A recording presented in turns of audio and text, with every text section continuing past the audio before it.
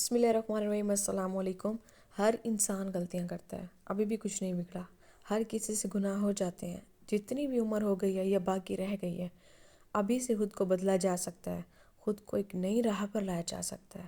سوچیں اور غور کریں کہ آپ خود کو کیسا بنانا چاہتے ہیں، کیسا سنوارنا چاہتے ہیں، پھر اسی کے مطابق آپ بننا شروع ہو جائیں گے، آپ کو ایک بدلی ہوئی زندگی ملے گی۔ Be thankful for the bad things in life. They open your eyes to see good things you are not paying attention to before. جیسے لوگ ویمپائر اور زومبیز والی موویز دیکھتے ہیں، ویسے آج کل میں ملک میں چلتے پھرتے ڈپریشن کے مریض دیکھ رہی ہوں۔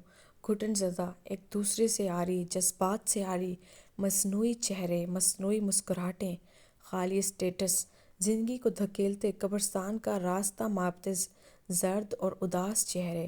لوگوں کا اپنا کوئی ویژن نہیں ہے، بس ایک ہی ریل میں دھکے کھاتے زندگی کی گاڑی کو گھسیٹتے جا رہے ہیں۔ Sometimes I want to treat people how they treat me, but I can't because that's not my character. Ladies, guys and gentlemen, today we talk about کہ غربت ایک مسئلہ ہے، لیکن غربت کو کیش کرانا اس سے بھی بڑا مسئلہ ہے۔ ہم وہ قوم ہیں جن کے دل بڑی جلدی پسیج جاتے ہیں، حالانکہ ہمیں صورتحال کا ادراک بھی ہوتا ہے، لیکن دل میں وہ جو نرم گوشہ ہے وہ اور گداز ہو جاتا ہے۔ میں تو خود کئی بار ایسی صورتحال سے گزری ہوں، لیکن اب سمجھ جاتی ہوں کہ امداد کہاں، کیسے اور کسے دینی ہے۔ ہر ہوٹل، بڑے شاپنگ مالز، پلازا، ہسپتال کے باہر چھوٹی موٹی اشیاء بیچنے والے ہمیں گداگروں سے جو ہے وہ بہت بہتر لگتے ہیں۔ ہم ان کا سٹیٹس تو محنتی افراد کا بناتے ہیں، لیکن سلوک ہم گداگروں والا ہی کرتے ہیں۔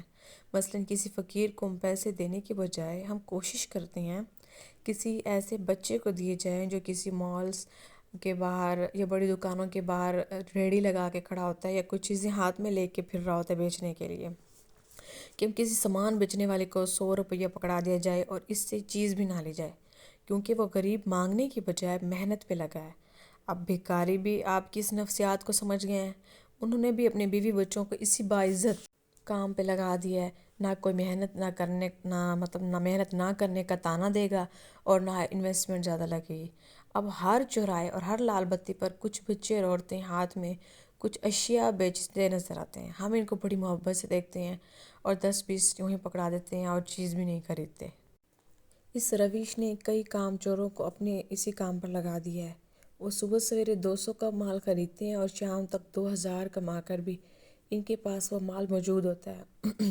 اب براہ راست بھیک مانگنے والے کم اور چھوٹی موٹی اشیاء لے کر پیچھے پھرنے والے زیادہ ملیں گے۔ اب اچھی بات یہ ہے کہ یہ لوگ کما کر کھائیں اور کسی کی نیت پر شک بھی نہیں کرنا چاہیے، لیکن ان کو پیسے دے کر چیز خریدنا مت بھولیں۔ 10 روپے بھی دیں تو جو چیز وہ بیچ رہا ہے وہ ضرور خرید لیں، بھلے وہ کسی آپ ضرورت مند کو بعد میں دے دیں۔ Thank you so much. Ismaila Yusuf signing off. اللہ حافظ۔